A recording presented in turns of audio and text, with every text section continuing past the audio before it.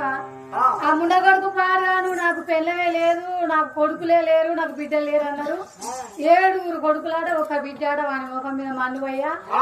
చూసిన నా బిడ్డను ఒకసారి అమ్మానికి రో అంటాంది అమ్మ మీ తండ్రి ధరనాయుడు తల్లి సరే తల్లి 7 మెడలో ఉన్నాడు ఇంట్లోకి వెళ్ళిపోయి అవి ఏం తెచ్చినావు తల్లి మరి నువ్వు మీ తమ్ముడి గురించి ఏం తెచ్చినావు మా అన్నయ్య పట్టి చేతుతో వెళ్ళకూడదు చెల్లెలా నా చిన్ననాటి శివమూర్తి కడియాలు పట్టు పూసాలు పట్టు అంగిలు ఆ యొక్క దిష్టి పూసలు సమర గురుగులు ఇవన్నీ నా చిన్ననాటి మా అన్నని చెప్పి